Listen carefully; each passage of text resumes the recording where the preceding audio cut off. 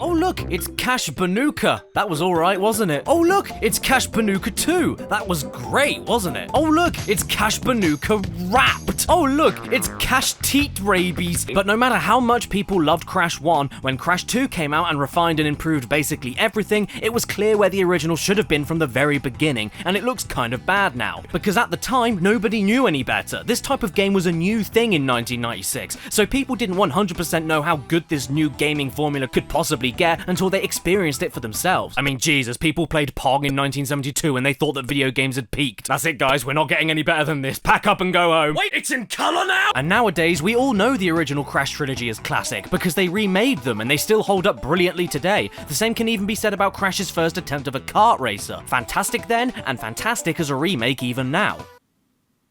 We also know these games are classics because its own series they came from really started pushing their luck when everyone started bitching about it. Now, where have I heard that before? Every franchise, whether it's about a purple dragon or a blue guinea pig, suffers from this problem of sinking really damn low when trying desperately to spice up what made their own games terrific in the first place. Even the portly Italian Pillsbury Doughboy wasn't safe from this trend. And even though it makes us respect and appreciate their good games even more, they still exist. And when it comes to Crash, bless his little belly baton.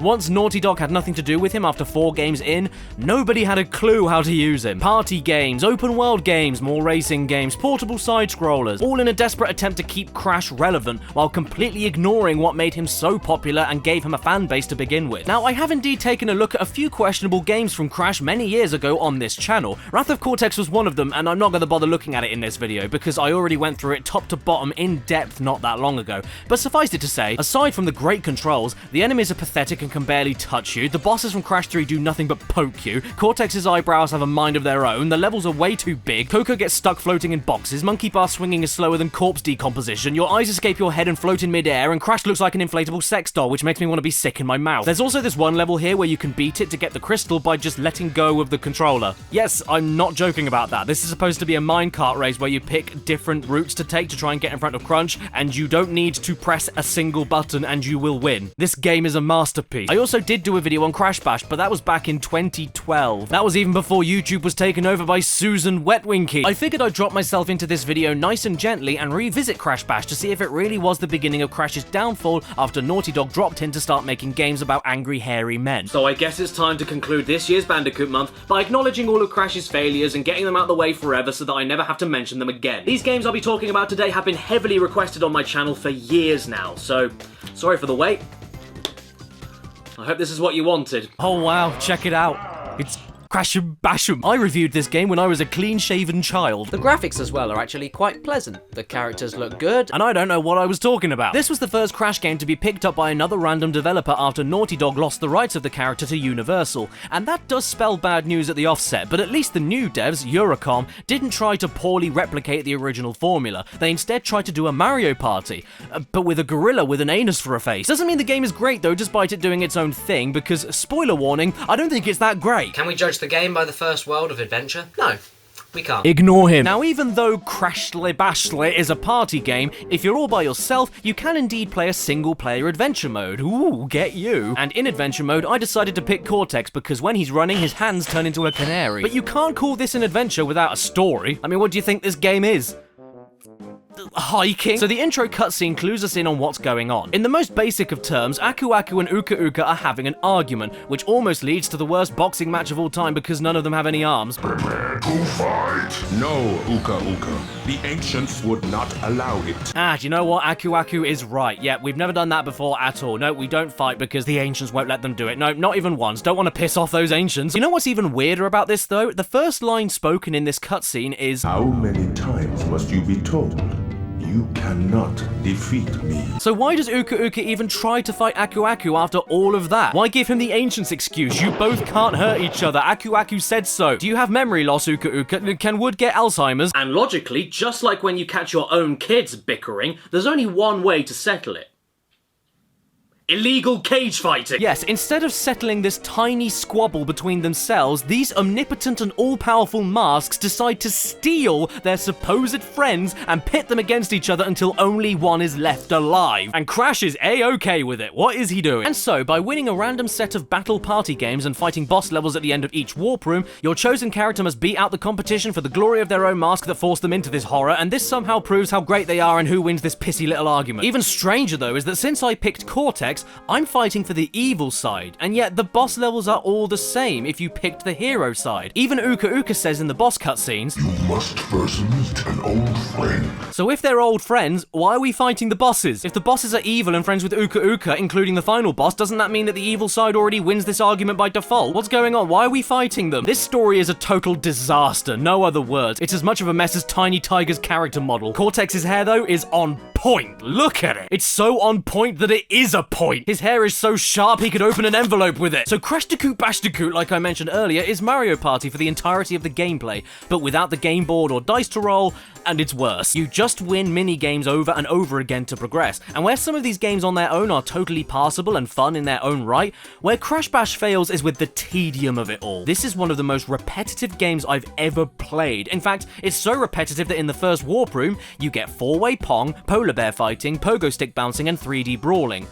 And then in the second warp room, you get 4-way Pong, polar bear fighting, pogo stick bouncing, and 3D brawling. Foon! Sure, there's an additional game mechanic added in for the copies, but they're still copies. They feel exactly the same to play, and many of these minigames are copied up to 3 times throughout the adventure mode in different warp rooms, with nothing but a different coat of paint. And that's not all. Get this, in order to unlock the boss battles from each warp room, you need a certain amount of trophies. And no, your wife doesn't count. To get the trophy on one of these levels, you need to win the minigame in question not once, not twice, but 3 times. And this isn't a best out of 3 system or anything like that. The game keeps on going until anybody in the match wins 3 times, meaning that you could potentially replay the level 9 times in a row in order to win just 1 trophy. And that's assuming you even win on the 9th attempt. So you get the 4 trophies from Warp Room 1, unlock Boss 1, and then think to yourself, God damn, I can't wait to see something new. Warp Room 2 has exactly the same minigame styles you just did, aside from 1 extra level you haven't seen before, and you still need to win them all 3 times each.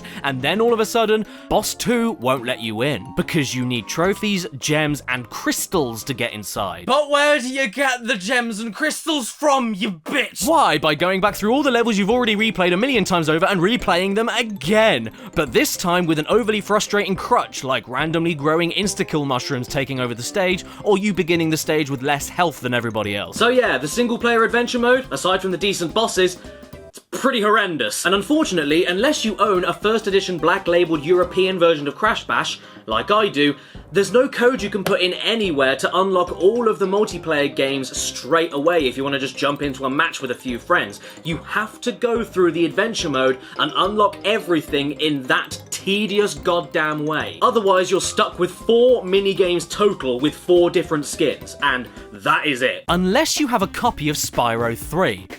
Yes, stay with me. By holding L1 and R2 on the title screen for Spyro 3 and pressing square, you get access to a hidden Crash Bash demo. And then, if you type in a specific code on the title screen of the demo, you are then granted access to a cheat menu, where you can not only manipulate and change basically everything on the screen, but also have access to nearly every single level, fully multiplayer compatible and all. You are missing a few of the final minigames, and you only have 3 bosses to pick from, boss 3 of which apparently being Homer Simpson. But yes, essentially, nearly the entire Crash Bash game is hidden on a Spyro 3 disc, which I guess just goes to show you how little space Crash Bash's full disc was using in the first place. I can't believe they left this here accidentally. It's so damn cool. Look, you can even see the exact date and time that this beta build of the game was placed onto the Spyro 3 disc. How adorable. Okay, what I just said about the no effort thing, that was harsh. There is quite a bit of effort put into some of Crash Bash. The soundtrack, for instance, is one of Crash's best on the PS1. In fact, below Crash 2, I'd say it was the second best, so go and check it out. And when you do have all the minigames unlocked, it is a decent distraction with friends, but getting to that point legitimately, which the majority of players of this game had to do, is hellish. Too many freeze frames I was able to grab from this game were absolutely horrifying, and a far cry from the detail you'd expect from the Crash universe, even on the PS1. And come on, man, Cortex's head here looks like a boiled egg on top of a frisbee. I can see a good game here. But it's not in there. Did you like Crash Team Racing? Yeah? Good. Well, have I got the steal for you? Because for the low, low price of 3, you can get Crash Team Racing, but on the PS2 with better graphics, and you fall through the floor all the time! So Crash Nitro Kart was sort of a sequel / spiritual successor to Crash Team Racing for the PS2 era, and oh boy does it feel like a game stuck in the shadow of its better big brother that the parents love more. In many ways this is just a carbon copy of Crash Team Racing, but just not as good. It's even apparent in the adventure mode. The plot of CTR is aliens, and the plot of Nitro Kart is aliens. But instead of Oxide threatening to turn Earth into a giant concrete parking lot, you have this guy called Velo who just steals you to race a bunch of times to entertain other aliens on another planet. That's basically it. And his beard is the shape of the first letter of his name. Nitro Kart does actually give you a good first impression. Instead of making you pick one character only for the entire adventure like in CTR, you get to pick from either Team Bandicoot or Team Cortex, allowing you to swap between 3 different characters with their own unique driving styles and kart stats whenever you want to in between all of the races. And that's not all. You even get unique cutscenes for each team throughout the story mode based on who you pick. But then you realise that they didn't bother to fix the facial animations for the mask. What's my name? Easy. Sloppy. Nitro Kart gave us a fair amount new and good. This was the game that introduced a new boost formula where the closer you leave the drift meter to the burnout, the faster boost you're rewarded with. A brilliant risk and reward system that they later brought back for Nitro Fuel. They gave us unique track designs with trap crates to break that activate different obstacles on the track to sabotage other players. There are some great new items like the tornado that picks up anybody it touches and goes around half the track. There's anti-gravity gimmicks in the levels that Mario would later copy in Mario Kart 8 11 years later. The adventure mode has this frenzy system where a meter slowly charges with your teammates throughout the race, after which you're able to use as many random items as you can before the timer runs out. The visuals can be absolutely breathtaking for a PS2 game, and hell, they even brought back the staples from CTR that made the adventure mode stand out in the first place, like the 3 token collection races, crystal grabbing arenas, and the time trial relic races. And since they already copied so much that worked from CTR, it would only make sense for them to copy the addictive, maniacal, and bouncy control style. But they don't. Even though you're not playing the game right now, you can probably see the downgrade just from the footage. Nitro Kart has absolutely no sense of speed or heaviness to the karts to make it feel like you're burning rubber against the terrain. It feels like you're floating along it. It's very flat and unreactive, which wouldn't be so bad if the jumping and drifting didn't feel limp and splatty, and the turning didn't feel like you were unfolding an ironing board, but it does. Especially with the highest speed, lowest turn characters, unless you're drifting, it barely feels like you even turn at all, and you even slow down if you hold a turn for too long, because clearly someone thought you weren't going slow enough. Even driving into the levels is a pain. Driving into the levels is difficult. Stop judging me, it's very hard. Oh look, we've got a boss race heading our way. I wonder who will be fighting from the Crash universe today. This delightful little cherub is called Crunk. Don't know who he is? Neither do I. And instead of being introduced in a comically personalized way, where he's talking directly to the camera and intimidating the player, he instead gets forced into racing us by Velo. And then he says, "Nah, I don't want to race them, they're smelly." And then Velo says, "Oh, come on, please, Daddy." and then Crunk says yes. Yeah, that is the quality of the boss races we have in Nitro Kart. And as for the race itself, well, I've got to be honest, I'm not even sure it was a race. See ya later, monkey beta! The pathetic boss races aren't all either when it comes to the difficulty of Nitro Kart. In fact, when you mix in the Team Frenzy mechanic and new boost formula that is outright broken when you get the hang of it, this ends up becoming the easiest kart racer I think I've ever played. And the boss races don't even allow you to use Frenzy, so that's how easy they are. Topping all of this off is a piddling number of tracks compared to CTR as well. And even though this is supposed to be a high-tech advanced PS2 follow-up to Crash Team Racing, Nitro Kart ends up being one of the most unpolished games I've ever played. Constantly clipping through the floor is one thing, but it's another thing when the frame rate tanks whenever there's more than 3 karts on the same screen. I genuinely love the track designs and the visuals of Nitro Kart, but even if you can get past the performance problems, there's no point coming back to this whatsoever since it controls worse than Crash Team Racing and doesn't feel as good to play, which in a kart racer I would argue is the main thing you need to get right. That's why games like Mario Kart 64 or Double Dash hold up so well after all these years. Yeah, they've put some of the tracks from these games in the future installments, but you can always feel safe going back to these ones because you know you're going to be having a great time controlling the karts. Oh, and by the way, the loading screens are terrifying. Just when you thought they couldn't mess it up anymore and that they should have let Crash Team Racing die with dignity, here we have another Crash kart racer, Tag Team Racing. But it's okay because Jetix Magazine says it's the best Crash game ever, and everyone knows who Jetix Magazine is, so immediately I do have to give Tag Team Racing some credit. The story mode here is at least something different. The plot here is that you're battling Cortex and accidentally stumble into a theme park built entirely for roller coasters and racetracks. Is that a wang? And you get roped into recovering the power sources for each of the theme park's lands that were mysteriously stolen from Von Clutch over here. But we're only helping him to do that because whoever does help him wins ownership of the entire park, which Cortex really wants to do, and we can't let him do that. So Tag Team Racing is yet another Crash Kart racer, if you couldn't tell. It's CTR and Nitro Kart again, but with a million extra pointless mechanics, and in my opinion, it's even worse. The car controls are unbearably stiff, the track designs are the opposite of interesting, the shortcuts barely mean anything, the music is boring, the engaging and skill-based jumping drift to boost system has been totally removed and replaced with an awful power slide move that doesn't even help that much. But the worst thing about it, to me at least, is the main gimmick that separates this racer from the rest: the clashing system. In any race at any time, the character you pick can turn into a ghost and clonk their way into another car of your choosing to merge with them. And as we all know, nobody can clink the clonk as good as Crash Bandicoot. By doing this, you briefly turn the game into Mario Kart Double Dash but for war criminals, since you can swap between driving the car or aiming a weapon that has now attached itself onto the car in order to blow up everyone else until you run out of ammo. On paper, this sounds like the coolest addition ever. It's like Crash Team Racing meets Twisted Metal, especially since there's plenty of characters with unique weapons, there's loads of vehicle types with different defense, speed and handling options, and plenty of unique visual combinations for certain karts clashing together. But all of this falls apart like soggy bread once you realise that you only need to clash with one car, and then you've automatically won every single race. Engine. You see, Engine's weapon he has are these rockets, and they are so overpowered, I'm pretty sure they could be used in tactical warfare. With these rockets, you mow everybody down with no effort, 1 to 2 hits max with splash damage. And whenever you're gunning, the CPU in the driver's seat goes around the track as perfectly as possible. So just make sure you fire the rockets, detach from your host like a dying flea right before the end of the 3rd lap because you get thrown forward every time you do detach, and then you'll find that you win every single time. When you're in this state, you are in complete control. You are a parasite. The helpless sap you attach to can't ever force you off. There's no time limit for this or penalty for overusing it. You can use overpowered race items in conjunction with the rockets. If you get blown up by other races, you recover 2 seconds later, still in the clash formation. And the best thing, if you run out of rockets, you can always detach and then immediately reattach again to get all of your ammo back. Sure, you can always switch driving positions and let the computer player shoot down the bogeys, but why would you do that when you can effortlessly get rid of the competition and not have to deal with the painfully unsatisfying driving mechanics? You could always say that this is an optional mechanic, I suppose,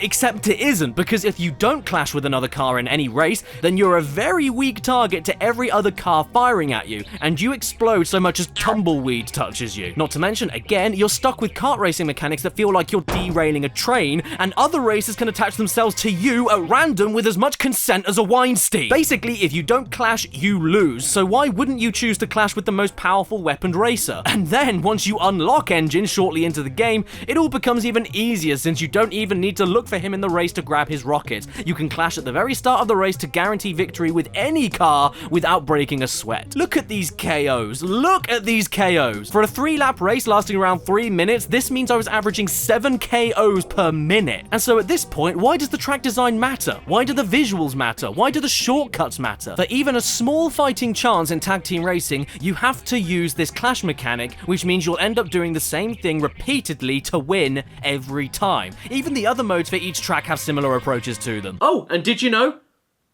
This game is a platformer? Yeah, Tag Team Racing also has a giant hub world that's as much of a single game as the racing itself, despite being called Tag Team. And my god, look at this. Look at this performance. The game didn't run spectacularly in the races, but this looks worse than my granddad's slippers. Couldn't you guys just focus on getting one gameplay style nailed instead of forcing as much in as possible? The jumping and general running around controls are so slippery and floaty, it's practically impossible to control where you're aiming towards. And even the spinning attack is lazy. See this? This isn't a Death Tornado spin power-up from the other games. This isn't a super spin. This is just what happens when you hit square over and over again. The animation resets and you can keep spinning forever, meaning that no enemies will give you any trouble. No shits were given at all, my lumpies and germs. You also get interrupted a lot by Chick and Stu, who you may recognize from Nitro Fueled as the chickens who announce all the DLC Grand Prix.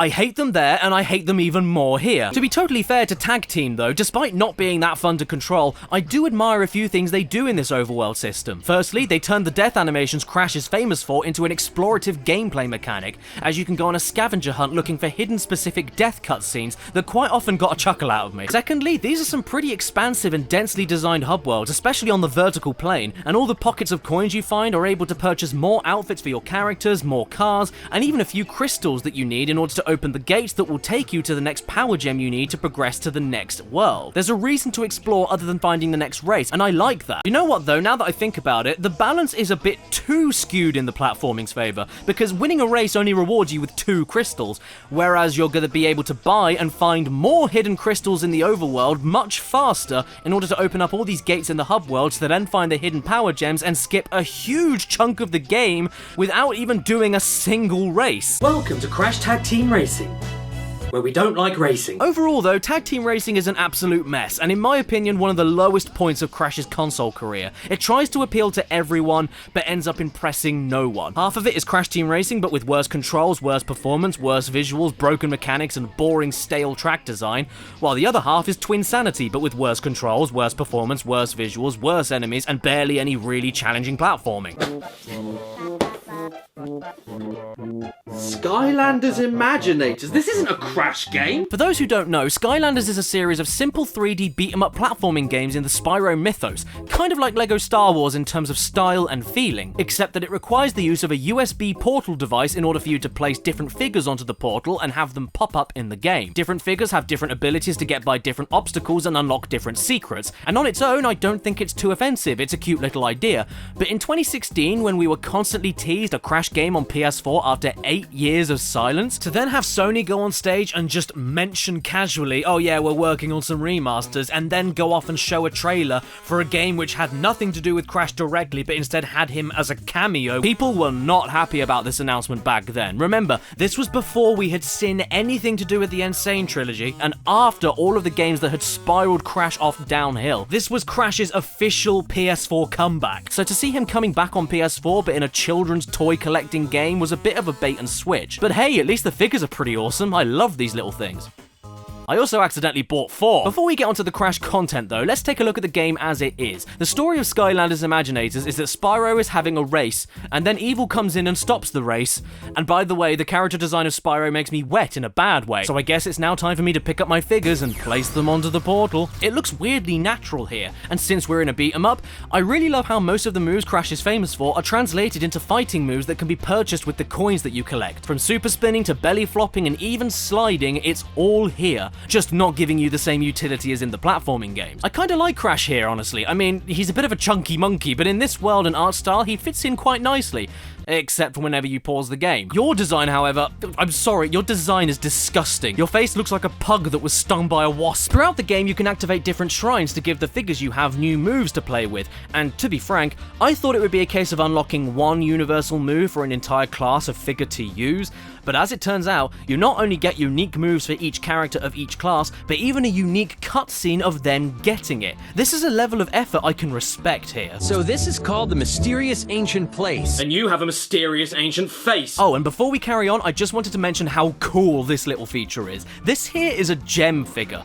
And not only does it light up when you place it on the portal, it also allows you to create and store your very own Skylander that has a specific class based on the coloured gem that you have. And this is as extensive as a bloody Bethesda game. Look at this. Individual body proportions, accessories, weapons, skin. Here's my hero. Do you like her? She's an armour-wearing, ram-horned snake woman with a fire bow, and I called her Fromage. So after we pass the first story stage, we're then let loose in the main hub world, which is when we then unlock the entire reason I picked up this stupid overpriced Playmobil set, the Thumping Wumpa Islands. It's its own exclusive level within Skylanders Imaginators with exclusive cutscenes and its own mini story to get through, featuring specialized obstacles and items, nice easy puzzles to break up the gameplay, and even the classic boxes to break for Crash. There's tons of Easter eggs, subtle nods and references to the older games, really pretty visuals, and a decent sense of humor to boot. So it sounds really great so far, right? Well, I'm afraid it kind of isn't. This is the slowest thing I think I've ever touched. And I touched the floor yesterday! Look, say what you want about the quality of the gameplay or the ethics behind Crash being in Skylanders after an 8-year gap of nothing. Regardless if you love or hate Skylanders, how can anybody be okay with the slug-like speed you move? Isn't this supposed to be a fast-paced action game for kids? I run pretty quick in the home world, what's going on over here? And I know this is for kids, but hey, the original trilogy were for kids too, and they were never this easy. You just run around and hit stuff with like 2 or 3 buttons while doing the occasional jump, repeated ad nauseum. It really is baby's first beat 'em up, and that wouldn't be so bad except you move along as fast as cheese on toast. It doesn't matter what extra moves you purchase or whatever, you still end up doing the simplest button mashing combos and nothing else. And often that's the best way to get past any combat encounter because the singular powerful moves that take a long time to wind up don't do as much damage as a quick 1-2-3 combo with your basic punches. And annoyingly, the slowness coupled with the repetitive simplicity is what ends up ruining so many more encounters throughout the game. At this point, you don't have a guard, dash, or roll, just a run, jump, and attack. So tanking hits in big crowds is inevitable. Look, they all move faster than you, and in situations like this, there is nothing you can do other than die and swap out to another figure that you may or may not have on you. The only way to get your old character back being to quit the level or restart it. Okay, fine. I guess it was only a matter of time. These 2 final games I'll be looking at for this video have been requested by my viewers, no joke, for over 8 years now. Oh great, here we go everyone.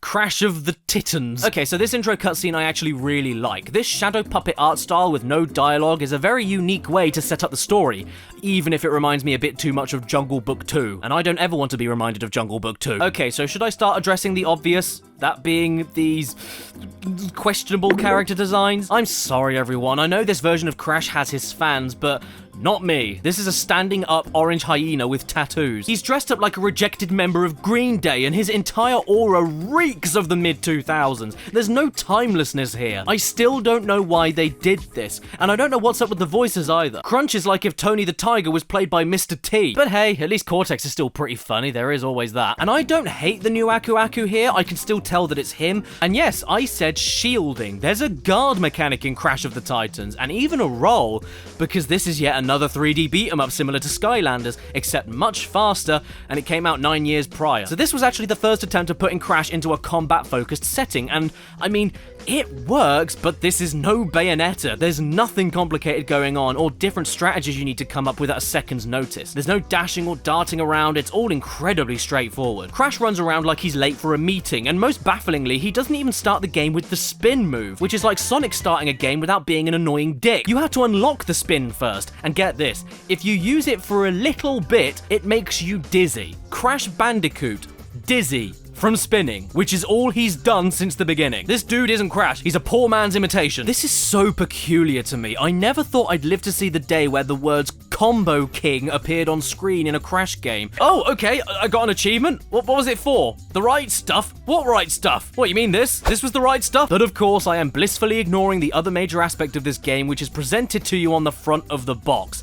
And I'm mostly avoiding it because of what it's called. It sounds like you're pulling someone off. Basically, there are a handful of bigger creatures that you can fight, that after you start hitting them, makes a star counter appear above their head. Keep wailing on them to fill it up? Yes, for some confusing reason, in Crash of the Titans, Crash can jack certain beasts to do his dirty work for him, which usually means just doing the same thing that you would already be doing, but just doing it harder. How did Crash get this ability? When did he learn it? Why does he need to do it? It's not explained. Stop crying. I'd love to say more about this game, but to tell you the truth, I really can't. What you're seeing here, this is the game. You are pressing the same buttons, fighting the same waves of enemies, and getting by the most rudimentary of platforming sequences with barely anything resembling thought being needed to carry on. Gotta be honest, I don't like tag team racing, but at least the world was more interesting to explore. This is just unpalatable. There's nothing technically wrong with it, but it's easily the most boring game of the bunch with nothing standing out, nothing special about it, and nobody making a joke about Crash possessing monsters being called jacking. And it doesn't matter how good your game is at that point, if it's boring, you've lost me. I mean, at least Skylanders, for as slow as that game is, allowed you to collect coins and spend them on upgrades that you wanted to choose. Here, you don't get a choice. You just keep collecting these blue balls and then you'll eventually unlock some kind of new move. There's no strategy or thought to any of this, or any concrete reasons to explore. I'm being serious when I say this. This is the Crash version of Sonic Boom. Yes, a fundamentally boring and unengaging beat-em-up with no thought required, basic platforming, new character designs, new unexplained abilities, and a new universe for the characters to explore that's given no build-up, backstory, or context. And do you want to see where I couldn't take it anymore? Right damn here. This is apparently Uka Uka. Yes, this Uka Uka. Way to completely toss aside your old fans that you're still trying to attract back into the series after the platforming apparently got too stale. I mean, I think that it's a cool as hell mask design on its own, but that is not Uka Uka. That's my Nan. And Cortex, my goodness. You know, I've heard people complain about Cortex's look in Crash Bandicoot 4, and here I am saying, huh? You serious? He could always end up looking like this. Oh, mind over mutant. Come on then, let's get this over with. My name is Limes. The first mission of this game is a tutorial gauntlet where Crash's sister Coco sends us off to look for a load of Coco parts, and I really don't think her brother should be doing that. After that, I hate to report, it's exactly the damn same game as Titans. No exaggeration, it's the same game, except Crash overdid the steroids in his shins. And now he has short shorts. Is that a lump? Oh wait, no, I'm telling a lie. There is something else a little bit different here. There's, a kids art pack? What's all of this then? Oh wow, are these fan arts from children that they hid in the menus of this game just to be cute? Oh dear.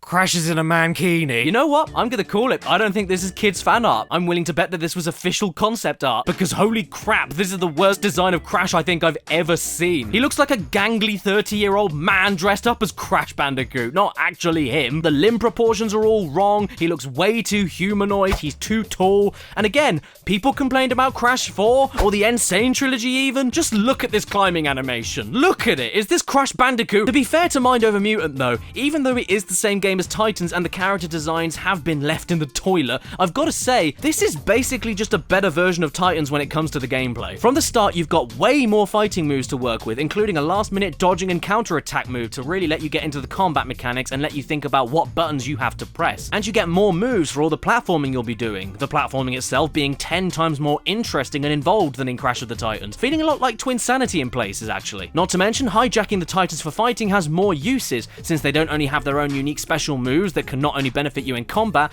but also aid you in exploration and getting to secret areas. Even better, you can jump on and off any Titan you want to at any time and store them on your equipping slot, and you just need to press the equip button again to get straight back on them, making the flips between combat and Crash exclusive climbing and platforming feel way more natural and of the moment. The Titans feel like an extension to Crash instead of just something that you do every so often. You're not just going through the motions and hitting a single attack button over and over again. This is not half bad. I'd happily play this over Titans anyway, but at the end of the day, it is still a simplistic kids beat 'em up game, no escaping it, and it's really damn easy. Another person balancing on the other end would make it much easier.